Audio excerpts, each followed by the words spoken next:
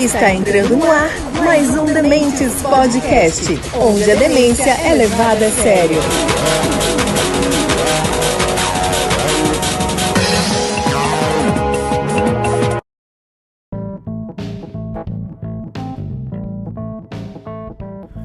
Fala galera, tudo bem com vocês? Está começando mais um Conversando com Dementes, o quadro do Dementes Podcast em que a gente bate o papo com algum especialista sobre um assunto específico. E hoje a gente vai conversar sobre o Brasil. Vamos traçar um paralelo desse atual momento que a gente vive, dessa polarização, da presença constante do judiciário na política, também da presença dos militares. Tá? A gente vai fazer esse paralelo com outros momentos históricos do Brasil nesse sentido. E para isso a gente contou com a participação do professor de História Alex Matos. Tá? Ele, professor, né? Não preciso nem falar, toda vez que aparece um professor aqui, cara, é aula, podem ter certeza. Ficou muito legal o papo, tá? Espero que vocês gostem. E só para lembrar que esse episódio fica disponível em todos os agregadores de podcast, nos principais, né? Também fica disponível no YouTube. Falar em YouTube, curtam o nosso conteúdo, tá, galera? Isso ajuda muito a gente, tá? Também nos agregadores de podcast, poder classificar o podcast em si, isso também ajuda, tá certo? Compartilhem também, outra forma de ajudar a espalhar o nosso trabalho aqui. E é isso aí, eu volto depois do papo.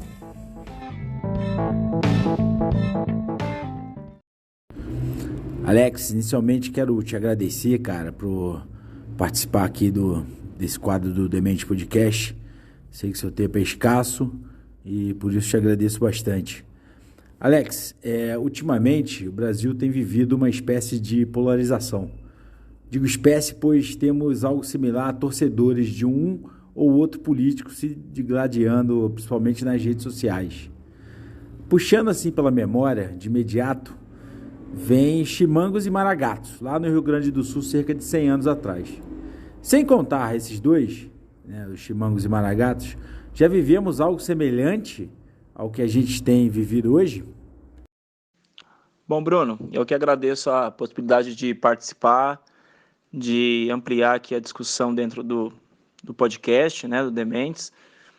E, de fato, né, a gente tem vivenciado aí algo dentro do campo da política com uma polarização muito passional, né? Muito característica da nossa relação com o futebol, como você bem colocou. Tem muito da cultura brasileira, né? Inserida nessa paixão toda, nessa defesa toda e, acima de tudo, na ausência de um diálogo que é necessário, né? Então, acho que esse é um ponto bem importante e tem muito a ver com a nossa própria formação cultural enquanto povo, enquanto Brasil, né? Então, é meio que natural que a gente caminhasse para algo desse tipo nas discussões políticas atuais, né? Isso tem muito a ver com o advento da tecnologia, né? Da informação, especificamente, que tem sido colocada aí para a formação desse público, né? Nos últimos anos, essa democratização, por assim chamar, da informação a partir daí dos smartphones, do advento da internet ter ficado mais acessível para a população, traria essa característica, né? E, de fato, ela se coloca assim. Para a gente poder pontuar aqui um movimento maior, mais sério, né? É importante a gente lembrar que, historicamente, a relação popular, de fato, né, o povo, de fato, sem estar inserido com nenhum grupo de elite ou coisa do tipo, né, nós nunca tivemos, de fato, algo muito representativo dessa maneira, né? Mesmo Chimangos e Maragatos, por exemplo, né, há quase 100 anos, eram movimentos que representavam ali a lógica da política brasileira naquele momento, né? Que também era polarizada, né? Ela também tinha uma característica ali de revezamento do poder, né? Por assim dizer.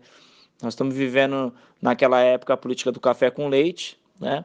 Que tem esse conceito histórico que é também discutível, né? A gente tem lá o conceito da política dos governadores no início do século XX, onde o revezamento do poder político federal era dado aí por São Paulo e Minas, e também o Rio Grande do Sul, né? Que eram os três estados mais importantes do Brasil, né? Na perspectiva econômico-política, né? E por causa disso também havia uma certa, se a gente for olhar por esse prisma, uma certa posição, né, dos dois lados, desde que eles estivessem no poder, tá? Então, por isso a gente tem algo parecido com o que foi a disputa estadual no Rio Grande do Sul com chimangos e maragatos, né? Muito do contexto histórico da época, ele evidencia isso e meio que representa isso também. O que não é muito diferente nos dias atuais. Hoje, a própria concepção da polarização ela está muito ligada a como essas frentes partidárias atuais, como elas hoje também conduzem, né, esse parecer aí com a população, essa imagem com a própria população. Então, de todo modo, há uma identidade com aquilo que é pensado com esses partidos para que haja essa polarização dessa maneira, né? Ela acaba ficando muito mais evidenciada, muito mais reverberada por conta da gente ter uma ampliação dos meios, dos mecanismos de comunicação e tudo mais, né? Como propriamente as questões aí que você vai pontuando de redes sociais, que vão ser nesse campo minado, né? Esse espaço de disputa do poder e também da narrativa, né? O que favorece para que isso acabe sendo cada vez mais complicado. Mas na história do Brasil é legal a gente entender o seguinte: toda vez que a população, né, o povo de fato, se colocou dentro de algum movimento para questionar as esferas de poder, seja na esfera federal, seja nas esferas, enfim, provincianas ou até mesmo estaduais, né, dependendo do tempo histórico que a gente está falando, elas sempre foram reprimidas, né, pelas forças oficiais. Então, olhar para a posição de polaridade, né, de você ver um lado contra o outro, né, essa dinâmica, ela sempre teve a estrutura de poder, o Estado, nas suas concepções, contrário àquilo que seria basicamente a população, em vários movimentos, né? Me vem aqui à memória, por exemplo, né, a gente olhar para a história durante aí, o primeiro reinado, né, já que a gente está nesse ano também comemorando, ou pelo menos refletindo a memória histórica dos 200 anos da independência, nós tivemos um movimento já, nos primeiros anos pós-independência, que falava da tentativa de uma emancipação popular, né, do povo na região do Nordeste, né, na região do Ceará, região onde hoje nós temos Rio Grande do Norte, Pernambuco, com a Confederação do Equador, que também foi sufocada ali pelas forças, né, pelas forças imperiais ali de Dom Pedro I naquele contexto, né? E todos os movimentos que vieram, né, a partir dali, depois tem as revoltas do período regencial, onde a gente também tem características tanto populares, né, como a revolta dos malês, a cabanagem, né, até mesmo a balaiada, né, movimentos ali mais populares e movimentos mais ligados a grupos médios e elites, né, como é o caso, por exemplo, da Sabinada, ou da revolta de Cuiabá, ou até mesmo a revolta farroupilha, né, já que a gente falou dos maragatos aqui, que é meio que uma trinca, né, ali do sul do Brasil, das revoluções, revoltas e tudo mais, nós tivemos ali diferentes características de polaridades, né, de oposições, melhor dizendo até, do que era a situação de governo, a situação de poder no Brasil. Naquela época ligada aos regentes, né, a estrutura que vai se criar ali dentro da regência, até que Pedro II assumiu esse poder na concepção ali do golpe da maioridade, né, aos 14 anos. E ao longo da história, todo o movimento popular, ele foi controlado pelas esferas, pelas instituições políticas, né? Se você pegar, por exemplo, durante a Era Vargas, movimentos sindicais são controlados a partir do conceito que a gente chama de peleguismo, né? Movimentos sociais sempre vão aparecendo na história do Brasil, na ditadura, né? A Marcha dos 100 Mil, né? que obviamente é questionável na sua nomenclatura, mas sempre são movimentos que vão sendo colocados para evidenciar como a população brasileira ela sempre tentou se colocar politicamente, mas ela sempre foi manobrada, seja pela ideia daquilo que são as ideologias envolvidas, né, nesses partidos, nessas concepções que vêm principalmente depois da redemocratização agora, e em outros momentos pelas instituições de Estado, propriamente até mesmo militares, né, controlando, além da relação aí do poder das leis, né, da concepção da construção das leis, como, por exemplo, as próprias constituições, como a Constituição de 1834, que colocava os movimentos trabalhadores, os sindicatos, sempre atrelados ali aos interesses do governo, do poder federal, né? E tinha que haver esse controle. Depois isso também vai ser ampliado na República Liberal, com o Gaspar Dutra, tá? E isso assim também vai sendo feito ao longo de muito tempo. A única abertura que nós vamos ter para que a população possa, de fato, se expressar, que ela possa se posicionar politicamente, como tudo é ato político, é a partir da concepção da Constituição Federal de 88, que aí há uma abertura para que isso seja um pouco mais dialogável e aí nós tenhamos a possibilidade de formar, né, uma posição popular, uma posição em que o povo pode minimamente questionar aquilo que as governâncias estão fazendo, né? Ou enquanto exercício da sua governança, é melhor dizendo. Então, essas características aí, ao longo da história do Brasil, elas sempre foram colocadas dessa maneira, de controlar a voz popular, né, em todos os movimentos que são colocados, né? Só que quando se fala do povo, né, enquanto defesa de um partido político, de uma ideologia política, melhor até mesmo dizendo, esse é um movimento que é reverberado, ampliado pela facilidade, pela ampliação que as redes sociais têm, né, que o advento da internet de comunicação, essa revolução técnica informacional que a gente vivencia propicia. Então isso acaba trazendo, né, uma amplitude, um espaço aí maior e obviamente os conflitos também aparentam ser maiores, né, justificando obviamente essa intolerância que a gente acaba vivenciando nesse processo todo. Infelizmente isso conversa com a nossa cultura passional, né? Nós somos muito apaixonados em algumas coisas que às vezes a gente nem consegue ter tanta capacidade de entender e pelo menos questionar profundamente. É meio que esse o exercício que a gente acaba vivenciando atualmente, né?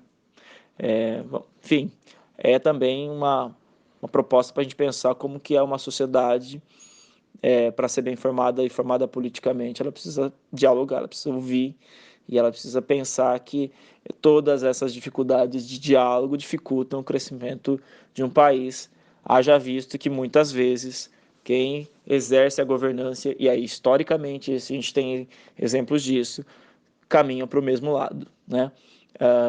Faz lembrar aqui, por exemplo, de uma expressão que a gente usa, né, até os dias atuais, que é chamada de político é tudo farinha do mesmo saco, que nasce lá no segundo reinado, com Dom Pedro II, quando faz a dinâmica do parlamentarismo às avessas, né?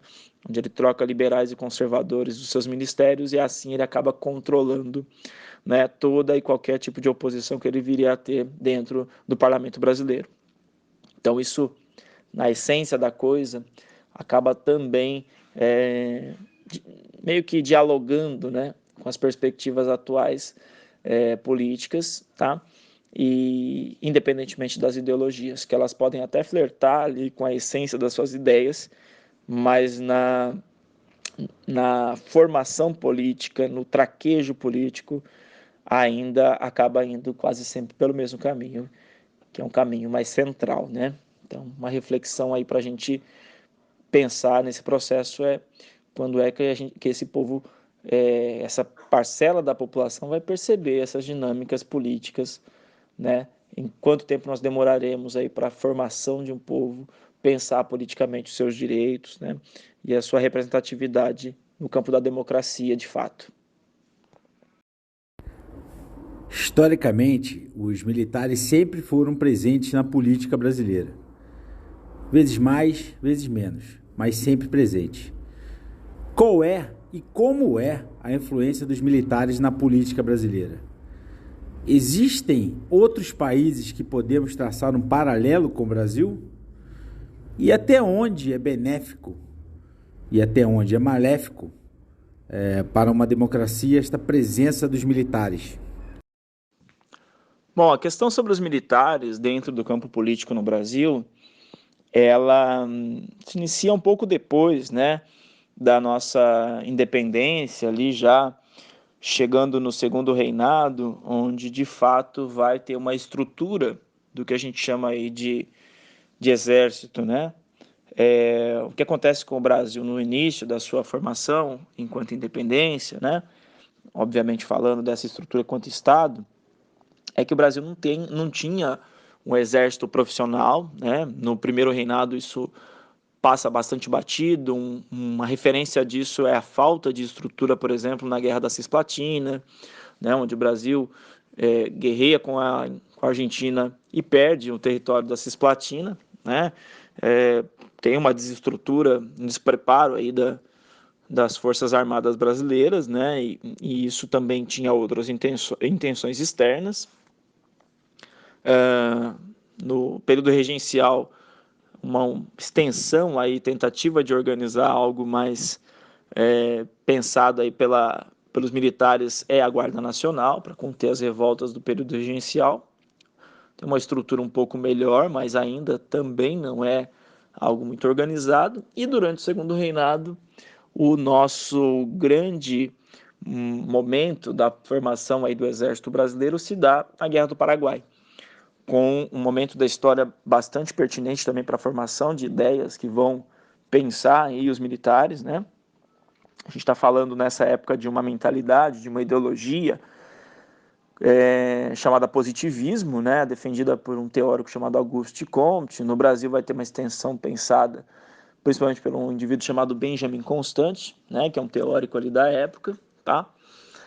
Onde tinha a relação ali, tinha a aparência, né, de que os homens bons vestiam fardas, né, diferente da referência que eles vão colocar que os homens maus vestiam, não vestiam fardas, né, é uma ideia positivista muito pertinente na época. A própria concepção de ordem e progresso que está presente na nossa bandeira tem a ver com essa ideologia que está flertando muito na Europa com o nacionalismo, né, aquilo que vai gerar as formações aí dos países europeus no século XIX, unificação italiana, unificação alemã, e acaba reverberando até na formação das duas grandes guerras já no século XX. E nesse momento da Guerra do Paraguai, né, o Brasil ele acaba, por essas ideologias, fomentando ali um conflito extremamente violento, sangrento na América do Sul, né, junto com a Argentina e o Uruguai contra o Paraguai, onde saídos vencedores da guerra, né, com uma série de questionamentos sobre uma guerra terrível, né, aqui no Cone Sul, os militares eles acabam saindo ali prestigiados, pelo menos simbolicamente, na ideia de sociedade, a defesa da ideia de pátria também, né, o que também é uma questão aí sobre a nossa construção de Estado, né, bastante complexa aí ao longo da nossa história.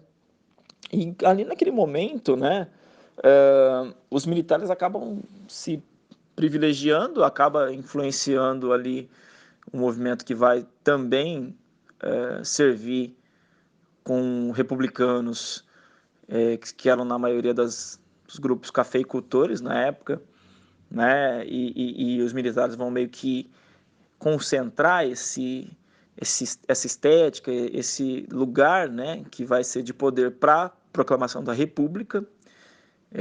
E ali a gente vai ter a primeira fase dos militares no poder, que a gente tem lá chamada República Velha ou República da Espada, né? A primeira fase da República Velha, tá? Que vai ter uma segunda fase depois com os cafeicultores, né? Enfim, com a política aí dos governadores até a Revolução de 30, ou também, como historicamente se discute, o golpe de 30 com o Vargas, né? E fato é que os militares nesse momento ali, né, na República da Espada, Eles vão tentar, nessa perspectiva positivista, organizar o Estado brasileiro, inicialmente, né? Você tem a formação de uma Constituição, em 1891, que vai já pensar que a condição republicana tinha que separar, tinha que superar algumas condições da monarquia, né? Então, isso ali, naquele momento, vai ser ali feito do ponto de vista da formação do Estado, né? Da República também. E naquele momento, por exemplo, né, as soluções econômicas que os militares vão fazer são horrorosas, são catastróficas, né? Vide um conceito que a gente chama de encilhamento, né, e emissionismo, que são ali questões colocadas pelo Marechal Deodoro, né, pelo seu ministro da Fazenda, o Rui Barbosa, que vão colocar ali essa tentativa de salvar a economia brasileira que já vinha, né, em frangalhos desde o Império, e que não vai dar certo, né? Que não vai, aliás, nada dará certo ali nessa tentativa, haja visto o modelo econômico que era visto na época lá. A gente está falando do capitalismo industrial e isso não vai frutificar, não vai ser frutífero ali bem, né? Enfim, só depois de um bom tempo que vai tentar uma organização nesse sentido. No governo Vargas, os militares vão ser ali parte da formação das ideias de defesa que o Vargas vai formar, né? Obviamente, a formação ali dos militares enquanto exército, ela vai proteger os interesses do Vargas, que vai privilegiar esses grupos dentro de uma dinâmica de manutenção do poder, tá? Estabelecendo, inclusive, uma ditadura nos anos de 37 até o final da Segunda Guerra, até 1945, onde o corpo militar, especialmente o exército, vai agir de acordo com os interesses do Vargas, né? Tem, inclusive, uma certa função de prestígio com o ingresso do Brasil na Segunda Guerra, né? Com as forças expedicionárias brasileiras, né? A concepção, inclusive, de um orgulho, né? Que vai ser colocado ali junto à aliança, né? A Aliança Ocidental, tá? E dentro dos acordos econômicos, enfim, que o Brasil também vai fazer para ingresso nessa guerra. Isso vai dar certo prestígio, mas ao mesmo tempo ali não vai favorecer para muita coisa significativa, já que o Vargas conseguia, a partir da lógica ali da Constituição polaca, da centralização do poder, ele vai controlar isso. Só vai ser retirado do poder porque não fazia mais sentido, né? Ele continuar no poder com uma postura extremamente autoritária e fascista, né? Na lógica do varguismo, tá? Sendo que a Segunda Guerra combatia exatamente isso. O lado que ele apoiou combatia exatamente o que ele fazia aqui no Brasil. Então aí a transição vai ter ali, inclusive, a passagem da presidência para outro militar, que é o Dutra, né, que vai estar ali, mas com uma postura mais liberal. É o Brasil no contexto da Guerra Fria, né? E isso também tem o seu peso ali. O fato é que o Brasil passou ali da República Liberal de 46 até 64, flertando, né, com uma outra ditadura, né, com outras ditaduras, com outra frente dos militares no poder, né? Alguns, inclusive, dentro do movimento eram legalistas, né? Quando fala legalistas nesse contexto, a gente está falando da Constituição de 1946, que colocava em evidência que o exército era o exército seria uma extensão dessa Constituição, o exército representaria o Estado brasileiro e não um governo brasileiro, tá? Então essa separação ali é muito importante. Vários dos militares vão lutar por essa legalidade, até propriamente a gente chegar em 64, onde a gente tem, por causa da dinâmica da Guerra Fria, da bipolaridade, a gente tem essencialmente lá os militares chegando ao poder, né, com o Castelo Branco, onde a gente vai ter essa presença um pouco mais, a princípio, era para ser mais moderada, mas depois vai entrando ali, né, num processo mais autoritário e mais centralizador do poder a partir dos atos institucionais, né, e a dissolução da Constituição de 46. E aí, basicamente, nós vamos ter aí a nossa última perspectiva de uma ditadura militar, certo? A gente chama de ditadura civil-militar, porque teoricamente teríamos tido presidentes, né, civis dentro do período, tá? Só que todo o processo eleitoral, enfim, toda a estrutura política evidente ali, né, vigente, melhor dizendo, no contexto, ela evidencia uma ausência da participatividade política dos cidadãos, né? Além do fato da arbitrariedade de processos de julgamentos, como o AI-5, por exemplo, né? Enfim, é algo que já evidencia ali uma posição anticonstitucional, porque você não tem ali nenhum tipo de garantia para a população em que os militares não teriam um papel, uma influência, né, direta no campo político, no campo civil, né, também, né, nos direitos civis, onde não se podia fazer nenhum tipo de manifestação ali que você seria julgado subversivo, poderia ser preso, enfim, aquilo que historicamente a gente aí tem muitos exemplos nesse sentido, né? E quando tem a redemocratização, né, a partir de 85 ali, com os movimentos sociais já lutando pelo direito ao voto, a uma nova Constituição, onde a gente chega até os anos de 85, 88, né, onde vai se formar de fato, a partir da Constituição Cidadã de 88, a separação mais uma vez, né, do Exército, né, das Forças Armadas, dos governos, né, que é de fato o grande desafio de se discutir isso até hoje, né? Os militares eles respeitam a Constituição e o Poder Executivo, né, como é o caso, ele teria aí que mediar esse diálogo entre esses grupos e a Constituição, né? Esse é o papel, inclusive, que cabe ao Poder Executivo na lógica montesquiana, a lógica que a gente tem aí da separação dos três poderes, né, que também tem uma questão aí um pouco mais à frente, e esse seria de fato esse papel, né, e não, obviamente, todo um aparelhamento desses grupos pró-governo, né, que aí é inclusive uma interferência constitucional quando isso acontece, e isso já aconteceu na nossa história, nesses períodos que a gente aqui está elencando. No período do Vargas nós temos isso, na própria ditadura civil-militar em 64 e 85 nós temos a essência disso, né? E a Constituição de 88 visava e visa, melhor dizendo, separar isso, né? Bom, e nesse aspecto, o nosso espelho, né, enquanto democracia ocidental, ele está sempre voltado ali para a democracia francesa, democracia estadunidense, né?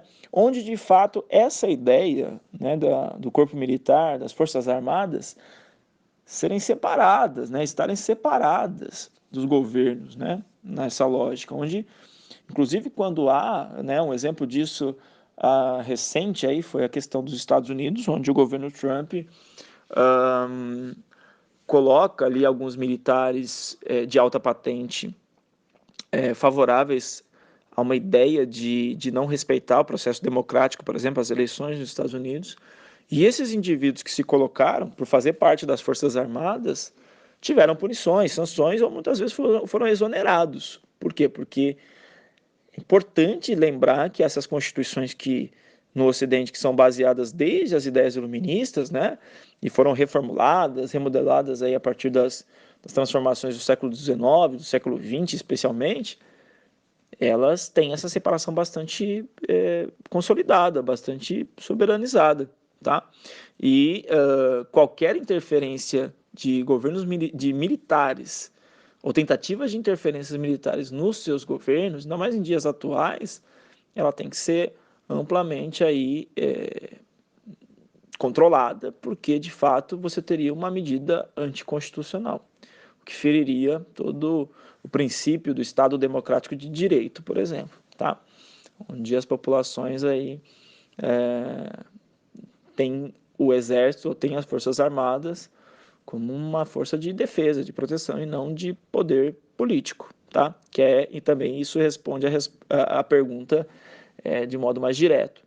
A separação aí do corpo militar, das forças armadas, ela é importante para o campo político, né? O campo político ele determina outros poderes, né? E as forças armadas têm um poder acima daquilo que seria o cidadão comum, né? A ideia de cidadania e de harmonia das populações, e isso evidencia, por exemplo, o risco que isso normalmente representa para as sociedades. Por outro lado, né, uma das questões aí, das partes das questões, é que quais países, por exemplo, se assemelham a esse modelo ou tiveram experiências parecidas, né? Bem como aqui na América Latina, a gente vivenciou vários processos de interferências militares em alguns momentos do campo político, né?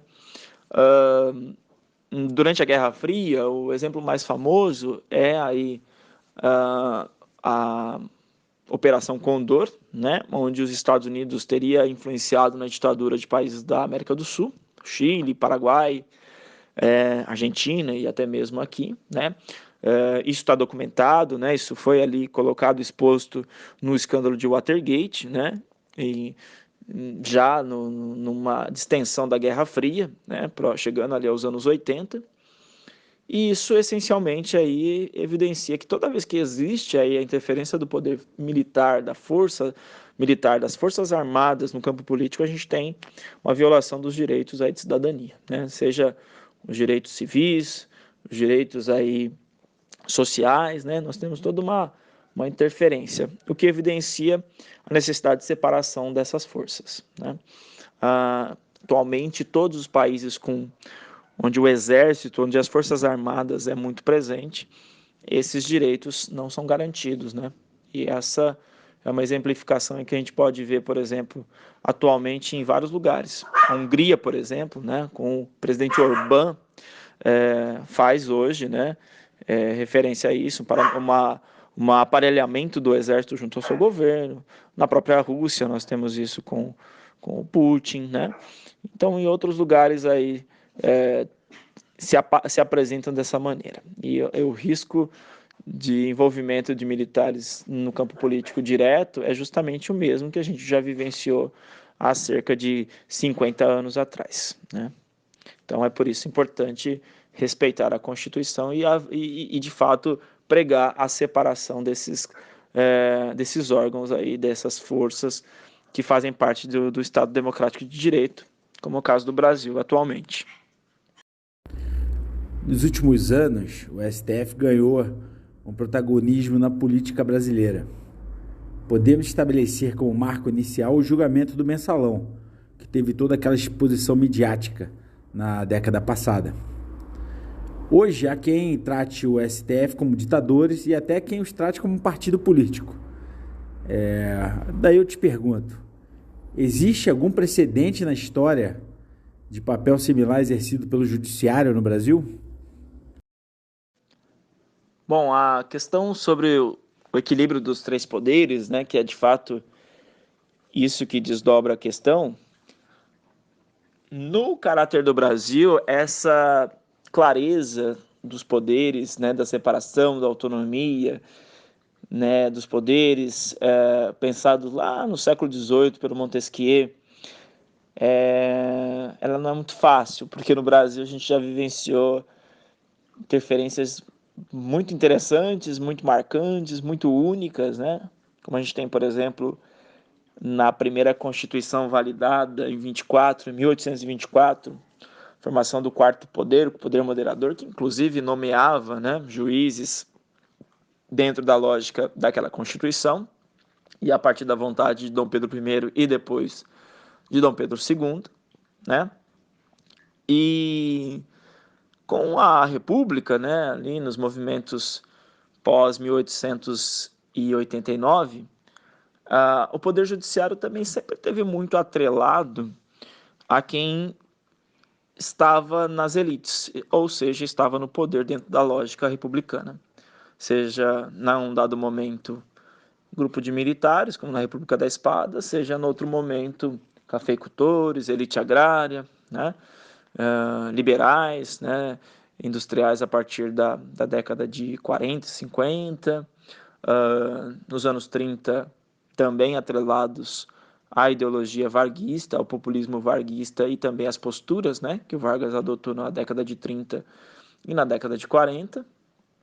E durante aí a ditadura militar, você praticamente não tem o poder judiciário funcionando, né? Você tem uma condição ali bastante uma condição bastante excessiva de controle e ordem a partir dos atos institucionais, né? Até porque era essa a lógica dentro do caráter da ditadura ali, militar, tá? De controle a partir das leis orgânicas, né? O que acontece a partir da Constituição de 88 é que o caráter aí dos juízes, né, dos tribunais superiores, dentro da esfera do Brasil, ela acaba ganhando uma notoriedade, ganhando ali um corpo bastante visível, o que também não é recomendado, né, justamente por conta do desequilíbrio que vai existindo entre os poderes, que não é atual, né, você bem cita o exemplo aí do mensalão, né, e a superexposição que é feita dentro dessa lógica, né, o sistema jurídico brasileiro, ele nunca foi aí, ou pelo menos nunca teve tanta representatividade política, mas isso está muito ligado a uma condição midiática que ele acaba ganhando por causa dos últimos julgamentos, já aqui do século XXI, né? E isso, obviamente, vai garantir ali o interesse dentro desse poder, né? Já que ele também tem ali uma importância e uma condição ali de organização bastante significativa na construção do Estado brasileiro, né? E é por isso, basicamente, que também acaba se tornando um poder político muito grande, né? Pensar ele como um partido político são discussões aí que a gente tem que evidenciar sobre esses diálogos, né, que acontecem entre os três poderes. São importantes que eles hajam, que eles aconteçam. O problema, ou pelo menos a grande questão, é que quando esses diálogos privilegiam determinados grupos que estão no poder há muito tempo, né, estão aí, conseguiram sobreviver a todas essas transformações que o Brasil passou nos últimos 150 anos, desde a proclamação da República, por exemplo, né, quase 150 anos, esses grupos sempre mantiveram no poder, e ver no poder judiciário a possibilidade de ter mais uma extensão, mais um tentáculo de poder, acaba dando essa notoriedade, acaba dando esse segmento todo, né? Fato que também, em outros países que servem de exemplo enquanto democracia ocidental, existem questionamentos sobre a função de cada um dos poderes, né? O seu equilíbrio, o respeito às instituições, né? E ainda assim, nenhum desses modelos está passível de desacordo, de desequilíbrio, de interferência, né? Recentemente a gente tem tido bastante atuação do poder judiciário, muito por causa da maneira que é conduzida algumas relações entre o poder executivo e o poder legislativo, né? E até por isso, dentre as funções, lá no pensamento do Montesquieu, seria esse o papel, né? No julgamento do mensalão, por exemplo, está na essência, dentro de uma lógica de equilíbrio dos poderes, né? O problema é a supervisualização disso, é a espetacularização disso, né? Que acaba também reverberando nos dias atuais, onde a gente também tem aspectos assim, né? Além de algumas vezes a ingerência de outros poderes, do poder executivo, do poder legislativo, muitas vezes ali conduzido de modo inapropriado ou ineficaz, né, melhor dizendo, tá? E aí nós temos a postura, a aparência do poder judiciário se fazendo presente, né? Inevitavelmente desdobra como um poder político, né?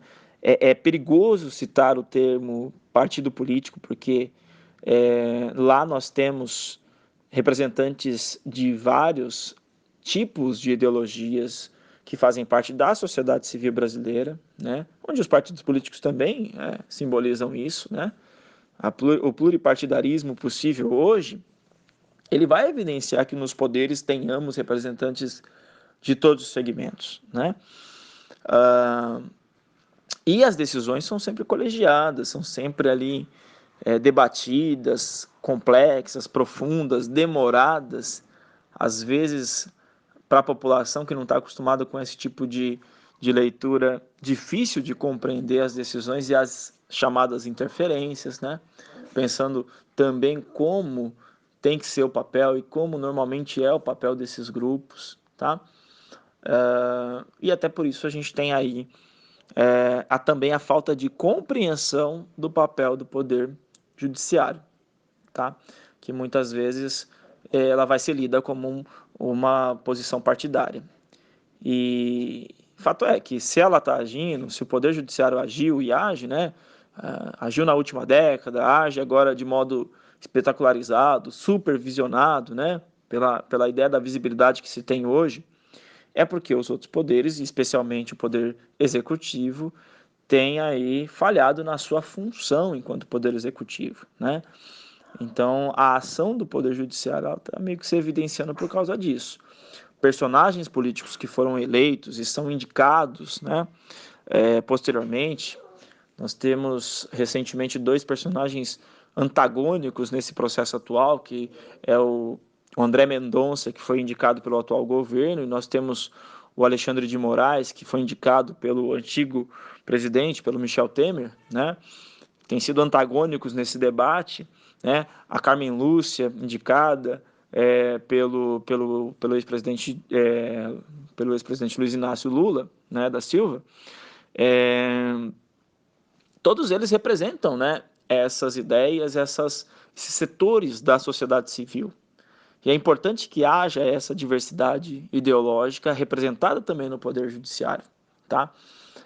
E que dentro dos debates que cabem ao Poder Judiciário, que obviamente respeitam, né, os critérios da justiça, a justiça que vai lá ser alicerçada no direito romano, no direito anglo-saxônico, né, e que gera o corpo do direito ocidental atual, ela tem que ser representativa, ela tem que ser debatível, ela tem que ter papel de atuação, mas lembrar que é menos importante aparecer e mais importante prezar por esse equilíbrio entre os poderes, né? E muito disso, muito dessa leitura, ela também está aí enraizada com a nossa falta de consciência política, né? Ela também reverbera na negligência, no fato da gente deixar sem tentar entender quais são as atuações dos poderes, né?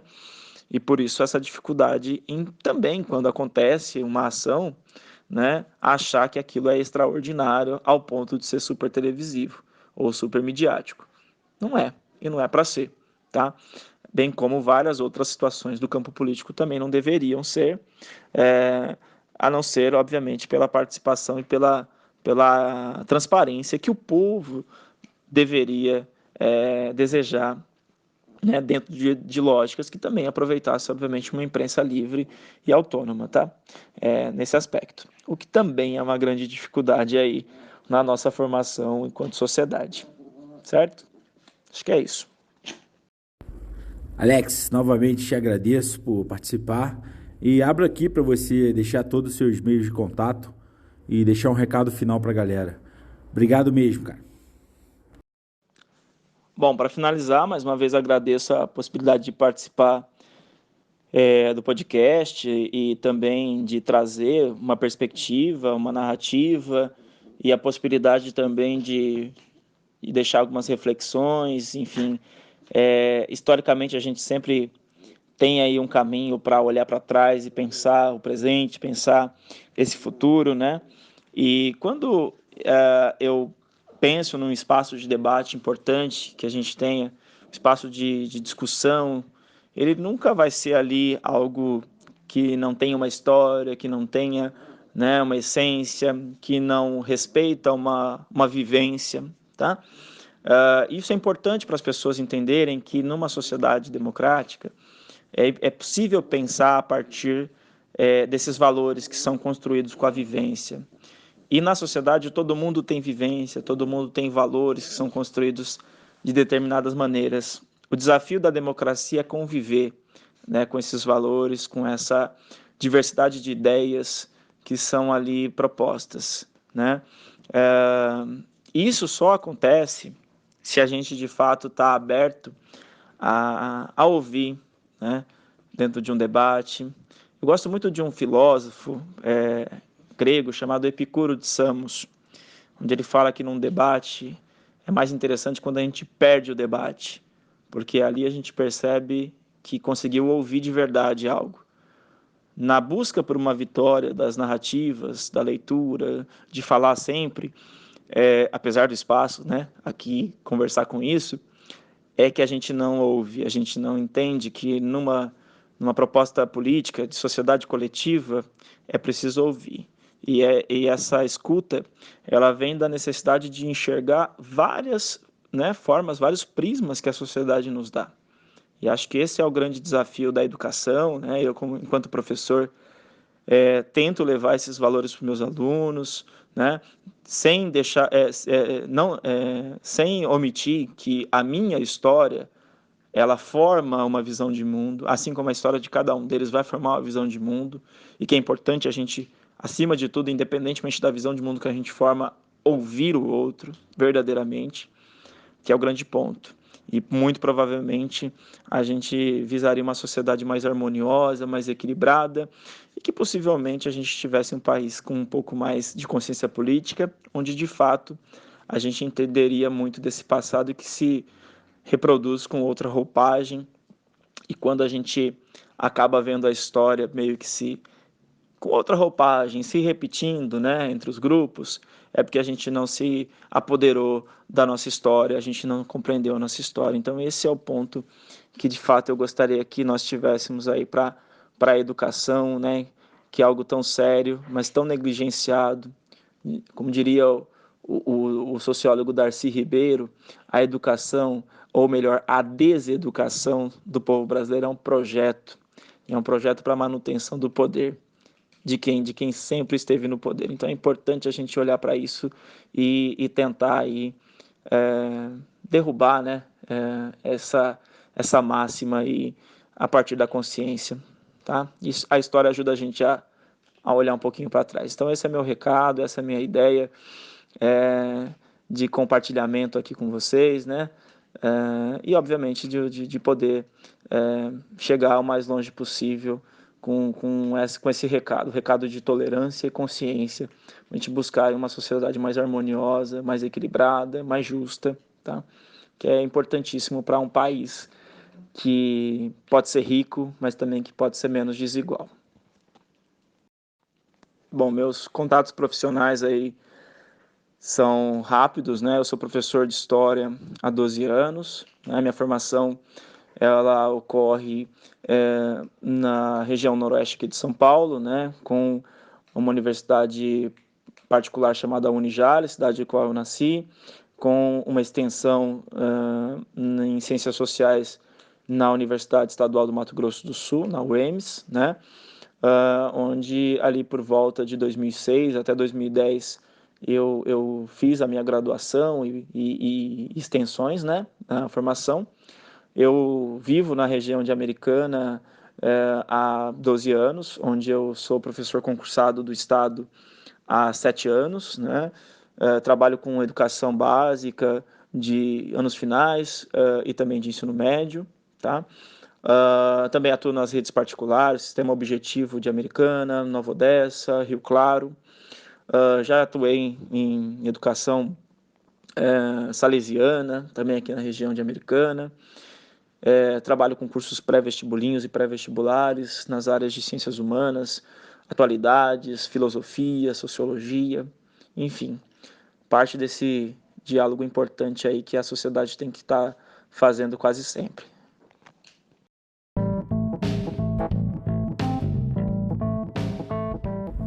Galera, espero que vocês tenham gostado. Pra galera descobrir também que o Brasil não começou em 2002, nem em 2013, tampouco em 2018, né? O Brasil já é um país já bem grandinho, vamos colocar assim, apesar da democracia ser recente, é um país grandinho, né? Com muita história.